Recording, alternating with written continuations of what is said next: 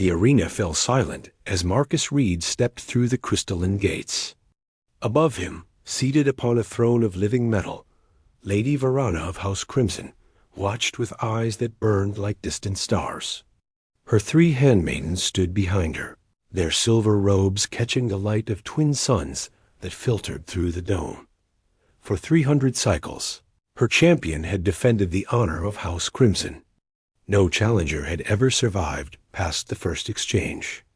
The arena floor still bore scorch marks from the last fool who dared face the mighty cross. Marcus raised his hand, not in greeting, but to shield his eyes from the glare. The human was unremarkable by galactic standards. He stood barely 6 feet tall, his frame lean rather than muscular. No cybernetic enhancements glinted beneath his skin. No genetic modifications marked his features. He wore simple combat gear, carried a standard plasma rifle, and bore a confidence that Varana found almost insulting. "You understand the terms." Her voice echoed through the arena, amplified by ancient technology. "If you fall, your people's petition is denied. Your colony will be relocated." Marcus nodded once. "And if I win?" Varana's lips curved into something that was not quite a smile. "The law is clear. My champion, myself, and my household enter your service for 1 standard year. But you will not win, human. No one defeats Cross." The champion emerged from the opposite gate. Cross stood 12 feet tall, his exoskeleton gleaming obsidian black. 4 arms ended in plasma-edged blades. His species, the Dravok, had evolved as apex predators on a high-gravity world where only the strongest survived. He had trained for combat since his first breath. 73 challengers had fallen before him. Marcus would be the 74th. The starting signal chimed. Cross charged, his massive feet shaking the arena floor. He covered the distance in seconds, all 4 blades converging on the spot where Marcus stood. The human was no longer there. Arana leaned forward on her throne. Marcus had rolled left, his movement economical and precise. The plasma rifle came up, tracking, and fired 3 times in rapid succession. The shots struck Cross's left shoulder joint, right hip, and rear knee. None penetrated the armor, but the champion stumbled. "Interesting," murmured Lysa, the eldest of Varana's handmaidens. "He targets weak points." "It will not matter," Varana replied. But she did not look away. Cross recovered, spinning with surprising speed. His blades whistled through the air, creating a deadly pattern of plasma energy. Marcus ducked under the first strike, blocked the second with the reinforced stock of his rifle, and used the momentum to slide between the champion's legs.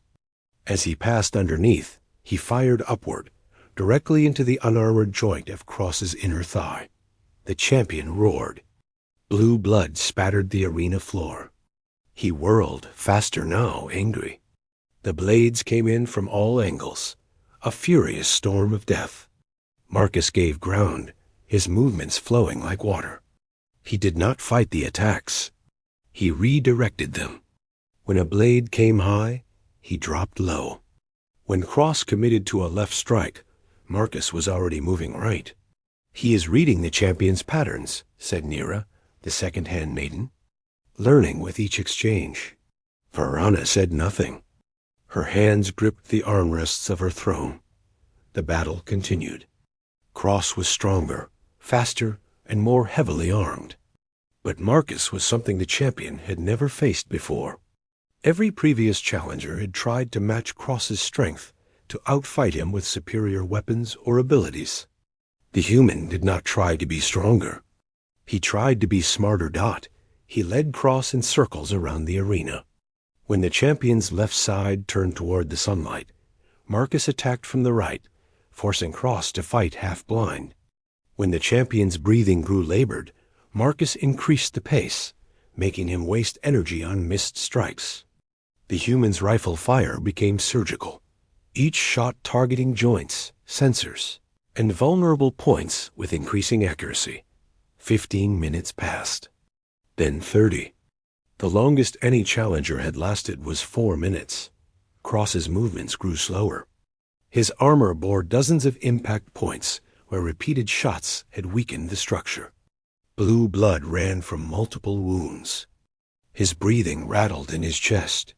Still he fought, his pride and training overriding pain and exhaustion. Marcus, by contrast, barely showed signs of strain. He had taken only 2 glancing blows, neither serious. His ammunition counter showed 37% remaining. He moved with the same fluid efficiency as when the match began. "Impossible," Varana whispered. "Humans are not warriors. They are diplomats, traders, colonists. They have no martial tradition." "Perhaps," said Farah, the youngest handmaiden, "we were misinformed." Cross made his final charge. It was a desperate move. All 4 blades extended, every last reserve of strength channeled into one overwhelming attack. If it connected, Marcus would be torn apart. The human dropped his rifle. Varana gasped. Had he given up? No. Marcus was moving forward, not back. He slid under the champion's guard, his hands reaching for something at his belt. A blade, small, primitive, made of folded steel. Earth steel. He drove it up through the gap between Cross's chest plates, found the primary heart, and pushed until the blade emerged from the champion's back. Cross froze. His blades powered down. He looked down at the human who had bested him, and something like respect flickered in his eyes. Then he fell, his massive body striking the arena floor with a sound like thunder. Silence. Marcus retrieved his rifle and walked to the center of the arena. He did not celebrate. He simply stood, waiting. Varana rose from her throne on trembling legs. 3 centuries of tradition, of honor, of pride, collapsed around her. The law was absolute. By the code of House Crimson, by the treaty all noble houses swore to uphold, she had no choice. She descended the steps, her handmaidens following. The arena gates opened to admit witnesses. Representatives from a dozen worlds, mediators from the Galactic Council, and leaders of the human colony all streamed in. They needed to verify what had occurred. Varana stopped before Marcus. Up close, she could see the sweat on his brow, the rapid pulse at his neck. He was exhausted, running on adrenaline and will. But he had won. By law, she said, her voice carrying through the suddenly crowded arena. I, Lady Varana of House Crimson, acknowledge defeat. For 1 standard year, I and my household enter the service of Marcus Reed, representative of the human colony. Marcus nodded. I accept your oath. Behind him, the colony representatives erupted in cheers. The relocation was stopped. Their petition would be heard. Humanity had earned respect through trial by combat, the oldest law the galaxy recognized. You fought well, Varana added quietly, for his ears only. How did you know you could win? Marcus allowed himself a small smile. I did not know. But humans have a saying. We do not need to be the strongest or the fastest. We only need to be the most stubborn. Your champion is dead because of your stubbornness. No. Marcus looked back at Cross's body, where medics were confirming what everyone knew. He is dead because he expected me to fight his way. I fought mine. Varana studied the human more carefully. Perhaps there was more to this species than anyone had realized. Perhaps that was why they survived, why they spread across the stars, despite having no natural advantages. They adapted. They learned. They found ways to win that others never considered. What will you have us do? She asked. You have 1 year of our service. Will you humiliate us? Force us to perform menial tasks? Marcus shook his head. I need advisors who understand galactic politics. Teachers who can help my people navigate your laws and customs. Allies who know how this civilization actually works. Can you do that? Varana blinked. She had expected cruelty, or at least condescension. She had not expected pragmatism. "You would trust us?" "I just proved I can beat your champion," Marcus replied. "You proved your honor by accepting the outcome." "Yes, I will trust you." For the first time in 300 cycles, Varana felt something stir in her chest. Not defeat, not shame, but possibility.